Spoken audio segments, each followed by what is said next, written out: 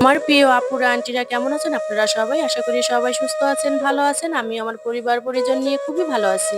আরো একটা নতুন ব্লগ ভিডিওতে আপনাদের সবাইকে ওয়েলকাম জানাচ্ছি। আশা করি আমার আজকের ভিডিওটি আপনাদের কাছে খুবই ভালো লাগবে।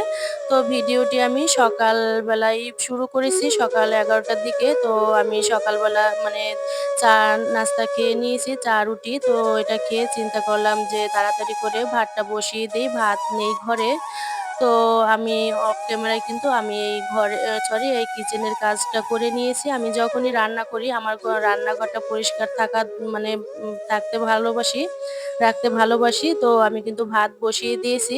তো প্লিজ যারা আমার ভিডিওটি এই মুহূর্ত থেকে দেখা শুরু করেছেন, আমার ভিডিওতে একটা লাইক দেন না প্লিজ। আমার ভিডিওতে একটা লাইক দিয়ে আমার ভিডিওটি কন্টিনিউ করবেন। আর যারা আমার চ্যানেলে আজকে নতুন ভিজিট করেছেন, যদি আমার ভিডিওটি আপনাদের কাছে ভালো লাগে চাইলে আমার চ্যানেলটিকে একটা সাবস্ক্রাইব করে দিতে পারেন। সাবস্ক্রাইবের পাশে থাকা অল বাটনটি অন করে দিবেন। আমি যখনই ভিডিও আপলোড করব নোটিফিকেশন পৌঁছে যাবে আপনাদের কাছে। আপনারা সময় সুযোগ করে দেখে নিতে পারেন।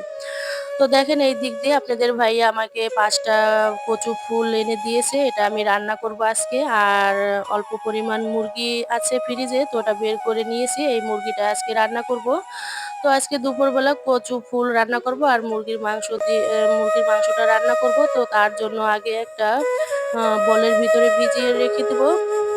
তো আমার মেয়ের গা দিয়ে একটু চুলকানি হয়েছে বিচি। তো চিন্তা করলাম যে একটু বড়ইর পাতা বেটে দিব মেয়ের গায়ে। এটা কিন্তু অনেক কার্যকারী একটা পাতা। যাদের চুলকানি হয় তারা বাসায় ট্রাই করতে পারেন। অনেকটাই কার্যকারী একটা পাতা।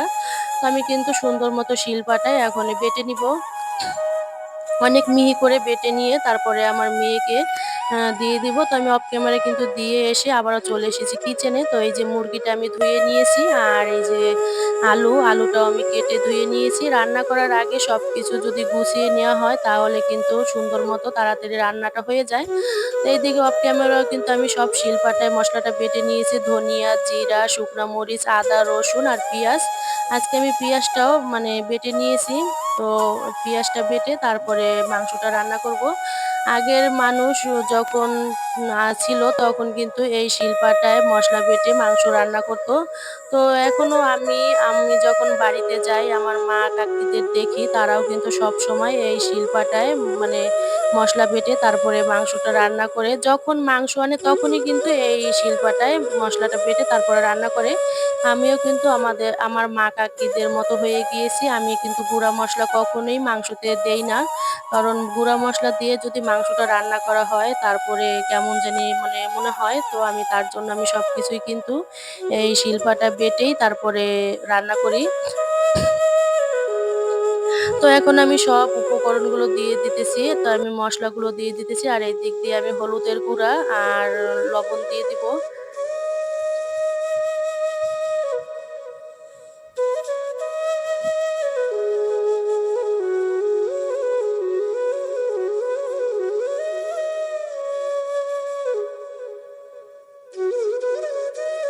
তো পরিমাণ মতো তেল দিয়ে এখন আমি মসলাটা হাতে মেখে তারপরে রান্না করব। দেখা যায় হাতে মেখে যদি মাংস রান্না করা হয় তার স্বাদ কিন্তু দ্বিগুণ বেড়ে যায়। তো আপনারাও এইভাবে বাসায় ট্রাই করতে পারেন। তো এখন আমি সুন্দর করে হাতে মেখে তারপরে মাংসটা রান্না করব।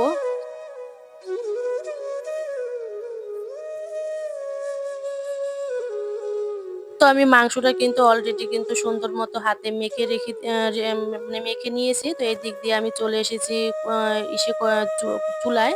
তো চুলায় এখন আমি একটা কড়াই বসিয়ে দিয়েছি। এটা আমার অনেক শখের একটা কড়াই বলতে পারেন। তো এই কড়াইটার ভিতরে আমি আজকে মাংসটা রান্না করব। তো এই কড়াইতে অল্প তেল দিলেই কিন্তু রান্নাটা হয়ে যায়। তো এখন আমি পরিমাণ মতো তেল দিয়ে এখন তেজপাতা দিয়ে ভালো করে একটু ভেজে নেব। তারপরে জিরা দিয়ে দিব। তো জিরাটা একটু ভালো করে ভেজে নেওয়ার পরে এখন আমি এই মাংসটা যে মেখে রেখেছিলাম এই মাংসটাও দিয়ে দিব।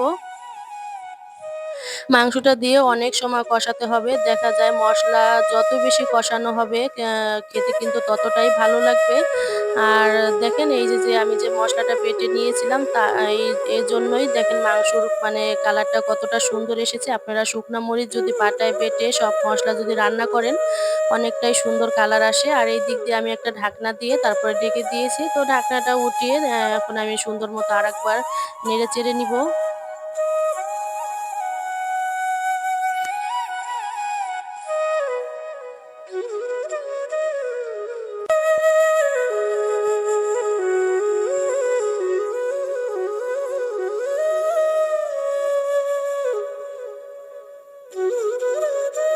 তো দেখতেই পারতেছেন আপুরা আমি যে মুরগিটার কিন্তু উপর থেকে তেল ছেড়ে দিয়েছে। তো এখন আমি অল্প পরিমাণই জল দিব। তো আমি বেশি ঝোল রাখবো না, মাখা, মাখা রাখবো। তো তার জন্য অল্প পরিমাণ জল দিয়ে দিছি। তো জল দিয়ে এখন অনেক সময় মানে রান্না করার পরে আমার কিন্তু মাংসটা প্রায় হয়ে এসেছে। আমি অফ ক্যামেরায় কিন্তু এই দারচিনি বেটে দিয়েছি। তো এখন আপনাদের ভাইয়ার অনেকটাই ক্ষুধা লেগেছে। তো আমাকে বলতেছে যে, "অনিতা তাড়াতাড়ি করে আমাকে ভাত দাও, আমি খেয়ে নেই।" তো আমি বললাম, "তাই তুমি খেয়ে নাও।" তো আমি সকালবেলা সরি রাত্রে ডাল ভুনা করে রেখেছিলাম। তো ওই ডাল ভুনা দিয়ে আর এই যে মুরগির মাংস দিয়ে এটা দিয়ে আপনাদের ভাইয়া ভাত খাবে। তো আপনাদের ভাইয়াকে ভাত দিয়ে এসে আমি চলে এসেছি আবারও কিচেনে। তো কিচেনে এসে এই যে ফুলটা রান্না করব। তো আমি আজকে মুরগির মাংস অনেকদিন যাবৎ খেতেছি। তো মুরগির মাংস ভালো লাগে না। এক জিনিস কয়বার খাওয়া যায় বলেন তো আপুরা? আর আমার মাছ না হলে আমার ভাত যায় না। তো আপনাদের ভাইয়ার কাছে আবার আমার মেয়ে ছেলের কাছে মুরগিটা অনেকটাই পছন্দ। তো আমার ঘরে তেমন মাছ আনা হয় না, মুরগিটাই আনা হয় বেশি। তো এদিক দিয়ে দেখেন কথা বলতে, বলতে আমি কিন্তু ফুলগুলো কেটে নিয়েছি। এই ফুলগুলো খেতে কিন্তু অনেকটাই মানে ভালো লাগে। যদি চিংড়ি মাছ আর ইলিশ মাছ হয়, ইলিশ মাছের মাথা দিয়েও কিন্তু এই ফুলটা রান্না করা যায়। খেতে কিন্তু অসম্ভব সুন্দর হয়। আপনারাও এভাবে বাসায় ট্রাই করতে পারেন। তো এখন আমি সুন্দর করে কেটে নিয়েছি ফুলগুলো। কেটে আমি ছোট, ছোট গোল, গোল করে কেটে নিবো। আর আপনারা যখন এই ফুলটা মানে রান্না করবেন তখন কিন্তু ভালো করে সিদ্ধ করে নিতে হবে। তা না হলে দেখা যায় গলা চুলকাতে পারে। তো এই দিক দিয়ে একটু খেয়াল রাখবেন। তো এখন আমি এই মানে ফুলটা কেটে নিয়েছি। এখন আমি মরিচগুলোও কেটে নিবো।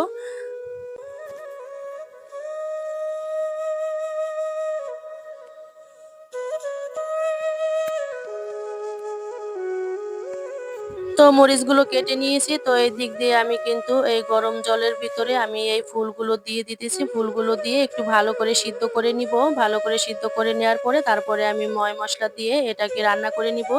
তো এটার জন্য আমি কিন্তু মসলা বেটে নিয়েছি অফ ক্যামেরায়। জিরা সরি রসুন আর হচ্ছে গেল আদা আর পেঁয়াজ এগুলো দিয়েই আমি আজকে এই ফুলটা রান্না করব।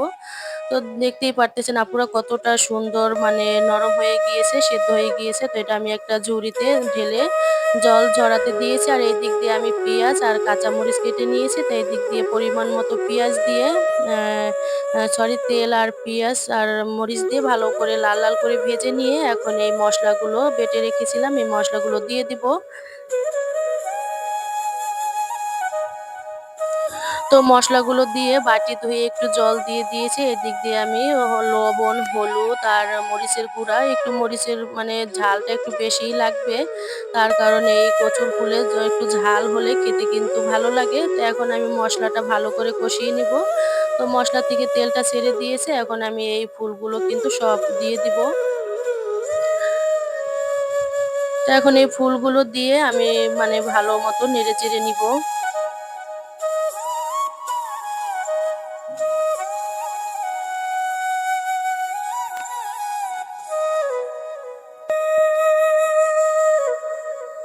তো অনেক সময় রান্না করার পরে অলরেডি আমার কচু ফুলের রেসিপিটা রান্না করা কমপ্লিট। তো গরম ভাতের সাথে খেতে কিন্তু অনেকটাই ভালো লাগবে। তো কেমন হয়েছে অবশ্যই কমেন্টের মাধ্যমে জানিয়ে দিবেন রেসিপিটা। ধন্যবাদ সবাইকে।